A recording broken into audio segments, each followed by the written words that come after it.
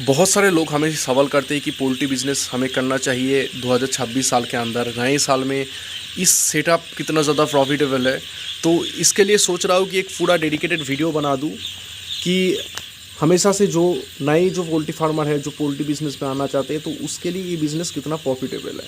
तो आज का वीडियो हो सकता है थोड़े लंबे हो सकते हैं, तो आप सभी से रिक्वेस्ट है वीडियो पूरा देखिए कि मेरा जो 7 साल 8 साल का खुद का एक्सपीरियंस है वो भी दोस्तों इस वीडियो के अंदर हम लोग शेयर करेंगे कि नए जो पोल्ट्री सेटअप है वो कितने ज़्यादा प्रॉफिटेबल होगा इस टाइम पे अगर कोई आना चाहते हैं तो।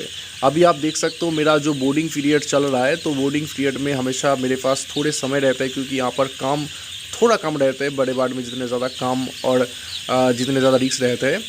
तो अभी दोस्तों लगभग 2019 साल से मैं पोल्ट्री फार्मिंग कर रहा हूँ। तो 2019 साल से लगभग मान के चलिए मुझे 7 साल 8 साल पोल्ट्री फार्मिंग में हो गया था, और मैंने सुगना कंपनी के अंदर 6 महीने का ट्रेनिंग भी किया है पोल्ट्री फार्मिंग के अंदर। तो मुझे लगता है कि लाइफ स्टॉक बिज़नेस में आने से पहले, किसी भी बिज़नेस में अगर आप आते हो तो पहले आपका एक प्रशिक्षण या फिर आप मान के चलिए ट्रेनिंग होना चाहिए, जिसके बाद दोस्तों आप किसी भी बिज़नेस को, किसी भी लाइफ स्टॉक बिज़नेस को पहले कर रहे हो, क्योंकि आपका खुद का एक हमेशा ओवरव्यू उस बिज़नेस के अंदर होना चाहिए, तभी इस बिज़नेस में आप प्रॉफिटेबल हो सकते हो। नहीं तो आपको पहले स्टार्ट करने के बाद कुछ साल बहुत दिक्कत का सामना होगा।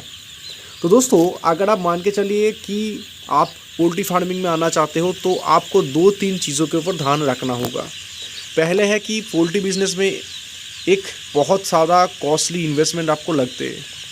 आपके घर में आसपास एक ज़मीन है जो रोड के आसपास है, जहाँ पर गाड़ी आसानी से आ जा सकती है, ऐसे एक ज़मीन होना चाहिए। उसके ऊपर आप इस तरह से एक स्ट्रक्चर बनाएंगे, उसके ऊपर इन्वेस्टमेंट करेंगे, उसके ऊपर बहुत सारे इन्वेस्टमेंट के बाद एक बिज़नेस का सेटअप होता है।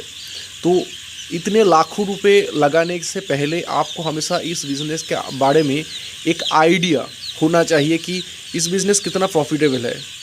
तो ये आइडिया आपको तभी मिलेंगे जब आप किसी पोल्ट्री फार्मर जेन्युइन दोस्त के पास जाएंगे और अपना जो प्लानिंग है, ओपिनियन है, उनसे मांगेंगे।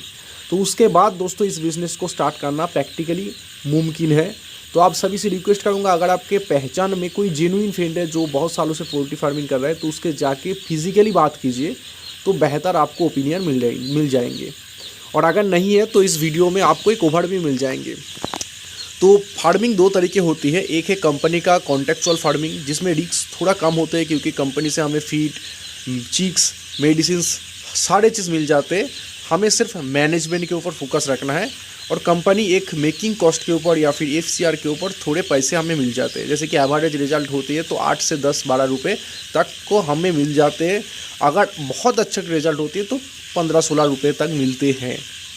लेकिन 15-16 रुपये तभी मिलेंगे जब आपका खुद का बहुत सालों का एक्सपीरियंस होगा। आप जो 2 रुपये का कॉस्टिंग है वो 1 रुपये में अगर ले आ सकते हो तभी आपको ज़्यादा मुनाफा होगा।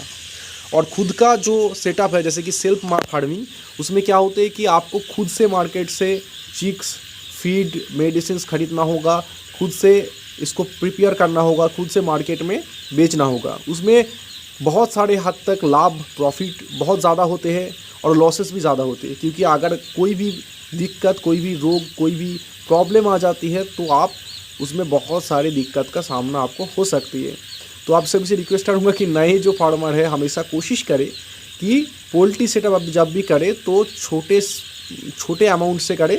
खुद से फार्मिंग करना चाहते हो और कंपनी से कॉन्ट्रैक्ट फार्मिंग करो तो लगभग मिनिमम चलिए कि 1000 का सेटअप आपको होना चाहिए, तब एक आदमी फार्म में रहकर कुछ प्रॉफिट आप देख सकते हो।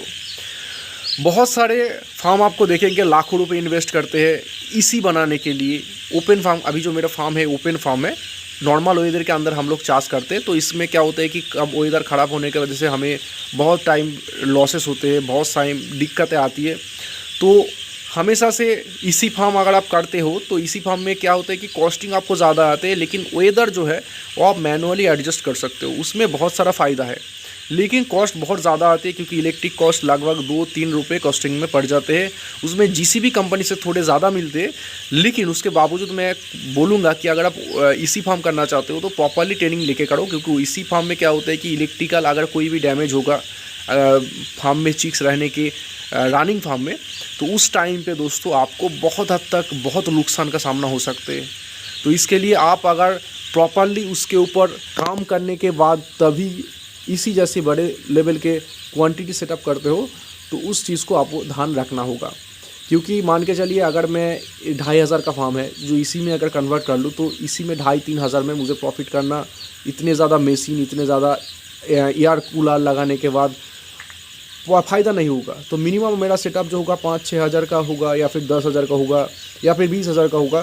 तो इस जैसे सेटअप के लिए इसी फार्म बहुत हद तक आसान है। लेकिन 2,500-3 हज़ार का बाढ़ के लिए अगर मैं इसी करूँगा, तो उसके जो इन्वेस्टमेंट है उसके ऊपर जो रिटर्न मुझे आना चाहिए, उसके हिसाब से रिटर्न जो है वो बहुत हद तक कम है, क्योंकि बहुत ज़्यादा इन्वेस्टमेंट करना होगा। इस फार्म को ही अगर मैं इसी कर लूँ, मुझे लगभग 6-7-8 लाख रुपए ज़्यादा इन्वेस्ट करना होगा।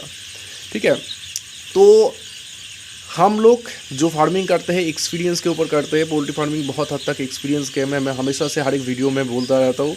तो एक्सपीरियंस जो है वो तभी होगा जब आप छोटे लेवल पे स्टार्ट करेंगे, प्रॉब्लम को ऑब्जर्व करेंगे, देखेंगे किस तरह से मैनेजमेंट होते हैं, किस तरह से प्रॉब्लम आती है, कहाँ पर आपको अच्छे माल मिलेंगे, कहाँ पर कॉस्टिंग मैनेजमेंट आपको अच्छे से होगा, किस जगह पर ट्रेनिंग होगा। तो हर एक चीज़ें के ऊपर जो जानकारी है आपके पास जितने ज़्यादा होगा, तभी आप इस बिज़नेस से प्रॉफिट कमा सकते हो। तो मेरा यूट्यूब वीडियो बनाने का मकसद दोस्तों यही है कि आप अगर नए पोल्ट्री फार्मर हो, तो हमेशा से कोशिश करो कि पहले प्रॉपरली इसके बारे में जानकारी प्राप्त करने की, उसके बाद ट्रेनिंग प्राप्त करने की, उसके बाद इस जैसे कि सेटअप एक बनाने की, उसके बाद थोड़े एक आइडिया आपको भर भी मिल जाएंगे कि पोल्ट्री फार्म में किस तरह से कॉस्टिंग मैनेजमेंट होती है। सोचा कि वीडियो आप लोगों के लिए एक बना दो जिसमें पोल्ट्री फार्मिंग में रिलेटेड थोड़ा इन्फॉर्मेशन होता रहे और आप लोग फ़ायदेमंद हो सकते हो। अल्लाह हाफ़िज़, जय हिंद।